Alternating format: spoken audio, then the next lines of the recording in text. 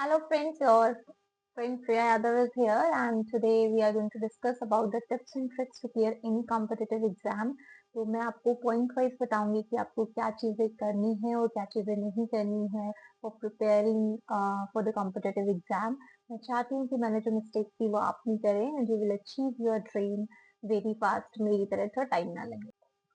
So friend, our first important thing is make to do list. ये इतना important point है and लोग इसको बहुत लाइटली लेते हैं, लेकिन मैं इसको करने का सही तरीका आपको बताऊंगी। पहले मैं क्या करती थी, टू डू लिस्ट तो बनाती थी, लेकिन मैं बनाती थी कि भाई मैं 4 बजे उठ जाऊंगी, 4 से 5 में ये सब्जेक्ट पढ़ लूंगी, 5 से 5:30 नहा लूंगी, फिर 5:30 से 6, मतलब बिल्कुल टाइम स्लोट इतना टाइट रहता था। लेकिन शाम तक आते-आते मैं देखती थी कि मैंने उस टाइम स्लॉट में वो काम नहीं किया और मेरे जो टू डू लिस्ट है वो पूरी नहीं हो पाई, जिसकी वजह से मैं उसको फिर काटती थी, फिर नया बनाती थी, फिर मैं उसमें कुछ करेक्शन करती थी, नेक्स्ट डे फिर शाम तक देखती थी वो पूरा ही नहीं हो रहा है उस टाइम स्लॉट में मेरे बहुत सारे सब्जेक्ट एंड डिमोटिवेट हो जाती थी। राइट? ये बहुत बकवास तरीका है टू डू लिस्ट बनाने का। The most important way is अपनी टू डू लिस्ट इस तरीके से बनाओ कि आप जस्ट फॉर एग्जांपल पहले ना स्टार्टिंग में थोड़े से स्टार्ट करो। फॉर एग्जांपल आप 2 टॉपिक बोलते हो कि आज मैं पढ़ूंगा, तो पहले 2 टॉपिक लिखो और कोई टाइम स्लॉट मत लिखो, सिर्फ अपना को सोचना है कि हमें एक दिन में ये 2 करना है, ठीक है। उसके आगे बॉक्स बना दो।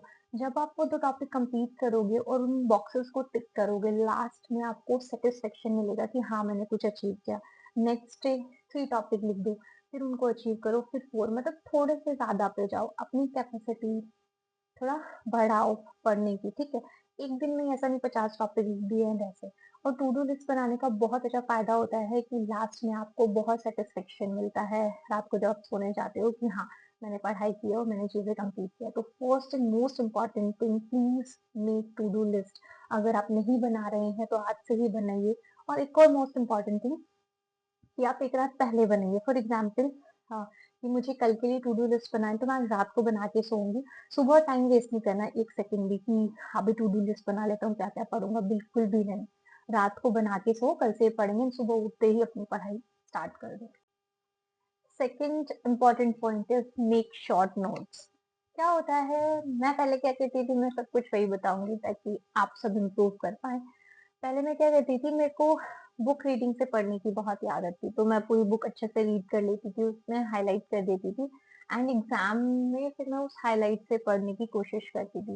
लेकिन वो इतनी बड़ी बुक से पढ़ना, इट्स वेरी हार्ड और ऐसा लगता था कि बहुत टाइम लगेगा, इतना मोटी देखते हुए भी मतलब डर लगता था कि यार ऐसा नहीं होगा, वो नहीं होगा, ये तो बहुत ज्यादा टाइम लगेगा, इतना बचा है, 2 घंटे ही बचे हैं, ये वो। तो मैं आपको इम्पोर्टेंट ट्रिक बताऊंगी, आप शॉर्ट नोट्स बनाइए। ये सब बोलते हैं एक शॉर्ट नोट्स, बट कोई बताता नहीं है कैसे बनाना है। मैंने अपने शॉर्ट नोट्स की फोटो भी लगाई है। आप क्या करो, एक बुक को पढ़ो, एक बार नहीं, 3 बार पढ़ो। 3 बार पढ़ने के बाद उस बुक के शॉर्ट नोट्स बनाओ, उस बुक को मैक्सिमम कह रही हूँ 5 पेजेस में। मैंने मॉडर्न हिस्ट्री, एंशियंट हिस्ट्री और भी इको की बुक, सबके शॉर्ट नोट्स बनाए हैं उतनी 4-5 पेजेस के अंदर। आप फोटो भी देख सकते हो, मैंने मॉडर्न हिस्ट्री के टॉपिक्स की लगाई हुई है। तो आप इतनी, मतलब बिल्कुल पास पास, इतना बिल्कुल गैप नहीं छोड़ा है, A4 साइज की शीट आप देख रहे हैं। तो इतना शॉर्ट शॉर्ट लिखो कि बस 1-2 पेज में, 3 पेज में आपकी पूरी बुक आ जाए एंड एग्जाम से 2 घंटे 3 घंटे पहले आप इजीली रिवाइज कर पाए। That is the most important thing. दोस्तों, अब हम थर्ड इम्पॉर्टेंट पॉइंट की बात करेंगे, जो कि है रिवीजन करना। ये भी सब बोलते हैं, लेकिन हम डिफरेंट तरीके से समझेंगे कैसे इसको करना चाहिए ताकि ये ज्यादा इफेक्टिव तरीके से हम कर पाए। देखो, पहले मैं क्या करती थी, रिवीजन कैसे करती थी, मैंने बताया बुक्स में हाईलाइट कर ली थी, तो मैं उसी टेक्स्ट को बार बार पढ़ती थी, वो मेरा रिवीजन होता था। जैसे जो भी हाईलाइटेड कर रखा है उसको एक बार रीड कर लिया, फर्स्ट टाइम रिवीजन, सेकेंड बार पूरी बुक के हाईलाइटेड को पढ़ लिया, सेकेंड टाइम रिवीजन। मैं ऐसे ऐसे करती थी।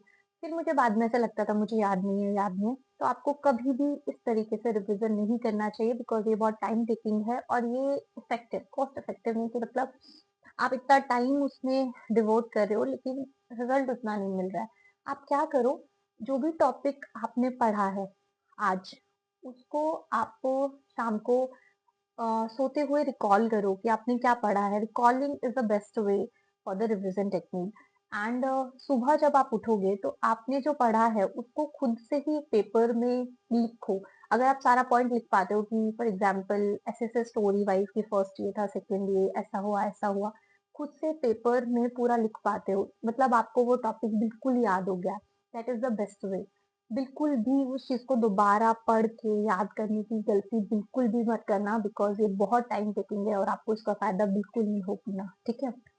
हमेशा रात को सोते हुए याद करो कि आपने क्या पढ़ा है, उसको पूरा स्टोरी की तरह बनाओ। आपको वो लॉन्ग टर्म के लिए याद रहेगा एंड आप एग्जाम में बहुत अच्छा परफॉर्म कर पाएंगे। बहुत इंपॉर्टेंट पॉइंट है यूज मॉक टेस्ट। ये भी बहुत जगह सुना होगा, बहुत सारी वीडियो में, राइट? लेकिन मैं आपको इन डेप्थ जाके समझाऊंगी। देखो, मॉक टेस्ट भी सब बोलते हैं सब एग्जाम्स के दो, बट सबसे इम्पोर्टेंट पॉइंट मॉक टेस्ट देना नहीं, उसे एनालाइज करना होता है। वो कैसे, वो भी मैं बताती हूँ। पहले जब मैं यूपीएससी के मॉक टेस्ट देती थी तो मुझे लगता था मेरा ये जो भी आंसर गलत होते थे, लोग वही बोलते हैं उस पर ध्यान दो। मैं उस गलत आंसर को ऐसे नोट कर लेती थी कि हाँ, इसका ये आंसर है, मैंने ये गलत लगाया ये, और फिर मैं उस आंसर को याद कर लेती थी कि इसका ये आंसर है, ठीक है। नेक्स्ट मॉक दिया, फिर दिया, ऐसे बहुत सारे मॉक दे देती थी, लाइक 70-80 मॉक्स दे देती थी प्री से पहले। तो उसको रिवाइज करना भी मुझे ढंग से नहीं आता था कि भाई मैंने पहले वाले मॉक में क्या गलती की थी, क्योंकि वो मॉक तो मैं देख चुकी हूँ इधर उधर, ठीक है। नेक्स्ट टाइम जब मैं देने लगी तो मैंने उसको जो भी गलती की थी, वो जो भी मेरे आंसर्स गलत हुए थे उनको एक नोट्स में लिख लिया। फिर उसको बार बार पढ़ा। मुझे उसका कोई फायदा नहीं लगा, कुछ कॉस्ट इफेक्टिव तरीके से नहीं हुआ, तो मुझे ऐसा लगा कि मेरे को एनालाइज करना अच्छे से आया नहीं और उसका खामियाजा मुझे भुगतना पड़ा। तो मैं उसका राइट अप्रोच आपको बताऊंगी कि आपको मॉक टेस्ट को कैसे एनालाइज करना है। मैं एक बैंकिंग के मॉक टेस्ट का एग्जांपल दूंगी। फॉर एग्जांपल आपको पहले एक मॉक टेस्ट निकालना है। मॉक टेस्ट को दिया आपने, उसके बाद आपका जो जो टॉपिक वीक है उन टॉपिक का नाम लिख लेना है। फॉर एग्जांपल आपको रीजनिंग में से लॉग के क्वेश्चंस गलत हो रहे हैं, या कोडिंग डिकोडिंग के क्वेश्चन गलत हो रहे हैं, या मैथ में टाइम एंड डिस्टेंस वाले गलत हो रहे हैं, तो आप उस टॉपिक को बस जाके पढ़ो। उस टॉपिक में भी कई बार कॉन्सेप्ट होता है कि कौन से कॉन्सेप्ट के गलत हो रहे हैं, तो आप उस टॉपिक के अंदर उस कॉन्सेप्ट को पढ़ो एंड फिर उस क्वेश्चन कॉन्सेप्ट से रिलेटेड 5-10 क्वेश्चन प्रैक्टिस कर लो, फिर मॉक दो। फिर मॉक में किसी और टॉपिक के होंगे वो तो हम पढ़ेंगे ही। अगर टाइम एंड डिस्टेंस का फिर से गलत हो रहा है वही टॉपिक को, तो एक बार फिर पढ़ो और ज्यादा क्वेश्चंस प्रैक्टिस करो। इस तरीके से आपका क्या होगा, टॉपिक स्ट्रांग होते जाएंगे। और बैंकिंग के लिए तो मैं स्पेशली बोलूंगी, don't go for any books and all, आप मॉक ही दो। उसको एनालाइज करो, टॉपिक्स फाइंड आउट करो कौन से आपके वीक है, उसको पढ़ो एंड फिर मॉक दो।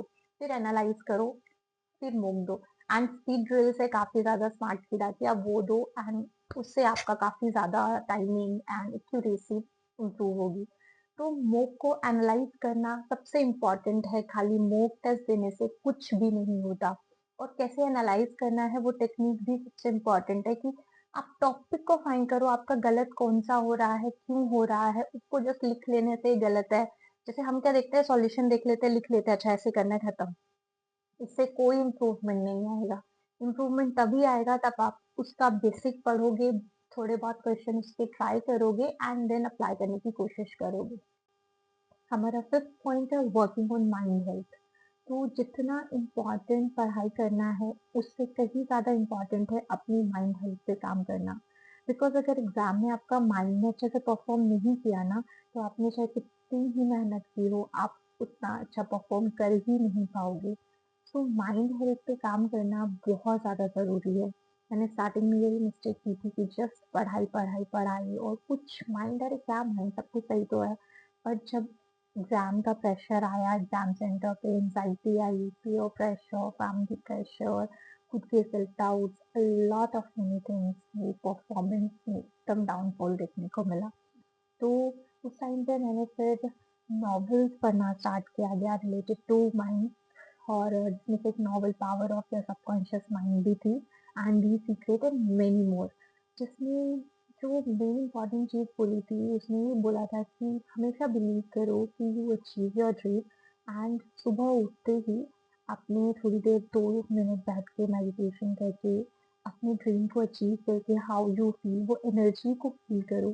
एंड रात को सोते टाइम जब आप बिस्तर पर लेट जाओ, उस टाइम पे भी उस एनर्जी को फ़ील करो कि you are selected, then how you are feeling, how your neighbours, your family, your friends behave with you.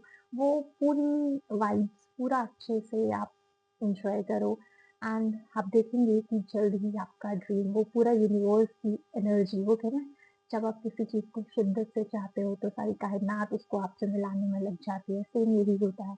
तो please go for your mind health.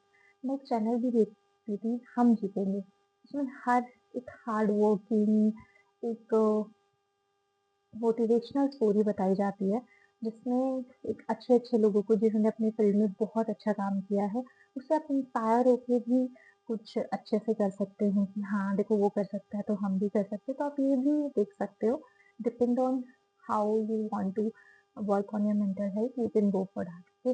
But please important thing है कि physical health, mental health and आपकी पढ़ाई, तीनों चीज़ों का collaboration होकर ही चीज़ें चलेंगी, अकेले-अकेले कुछ नहीं होगा। So please go for your mind health.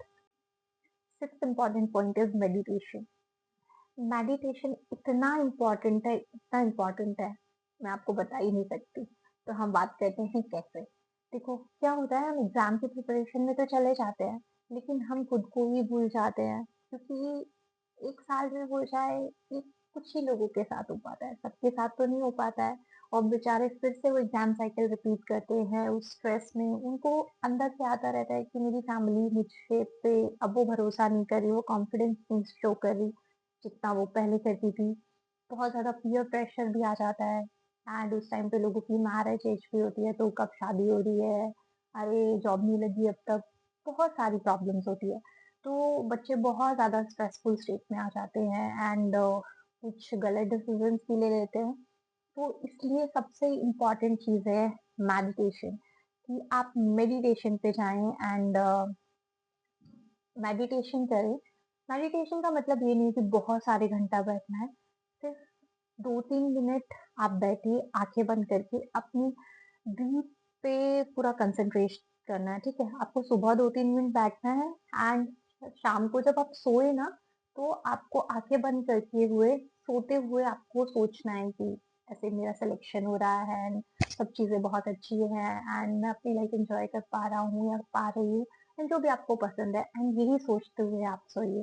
Because जो हम सुबह उठ के जो सोचते हैं एंड सोने से पहले जो सोचते हैं, उसकी सच होने की प्रोबेबिलिटी बहुत ज़्यादा होती है। ये आप द सीक्रेट एंड बहुत सारे डिफरेंट बुक्स में आप पढ़ेंगे। So meditation is the most important, ताकि आप अपने अपने पूरे माइंड को काम रख पाएँ।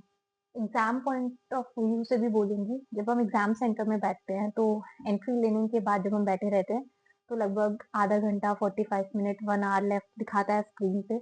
उस टाइम पे बहुत सारे थॉट्स आते रहते हैं और वो थॉट्स कोई अच्छे नहीं आते, आपको घबराने वाले आते हैं। चाचा क्या कहेंगे, दादा क्या कहेंगे, इस बार भी नहीं हुआ, तो गर्लफ्रेंड गई, ये हो गया, वो हो गया, बहुत सारे थॉट्स आते हैं। तो वो थॉट्स आपकी परफॉर्मेंस को, एग्ज़ाम में परफॉर्मेंस को खराब ना करे, उसके लिए इम्पोर्टेंट है मेडिटेशन। आप अपना टेम्पर ना खोएँ किसी की भी वजह से, इसके लिए इम्पोर्टेंट है meditation. Meditation is the best thing you can go for and you have to go for, because otherwise आप एग्जाम में कभी भी अच्छा परफॉर्म नहीं कर पाएंगे। Our second important point is exercise. Exercise किसी भी फॉर्म में हो सकती है, आप स्ट्रेचिंग भी कर सकते हो, आप योगा भी कर सकते हो, आप जॉगिंग भी कर सकते हो और आप खाली वॉक पे भी जा सकते हो, ओके। बट कोई ना कोई फिजिकल एक्टिविटी आपके डेली रूटीन में होनी ही चाहिए, ओके। बिकॉज क्या होता है, एग्जाम के टाइम में जब हम प्रिपेयर करते हैं तो बहुत ज़्यादा लॉन्ग सिटिंग आवर्स हो जाते हैं एंड लॉन्ग सिटिंग आवर्स की वजह से फिजिकल एक्टिविटी ना के बराबर होने की वजह से बहुत सारे फिजिकल हेल्थ प्रॉब्लम्स हमें होने लगते हैं, जिसकी वजह से बार-बार डॉक्टर को कंसल्ट करते हैं, टाइम वेस्ट, पैसा वेस्ट, और कई बार क्या होता है, हम सोचते हैं अरे जब एग्ज़ाम क्लियर कर लेंगे, फिर हम अपना इलाज कराएँगे। वो जो पैसा कमा रहे हैं मेहनत से, वो वहाँ पर वेस्ट करेंगे।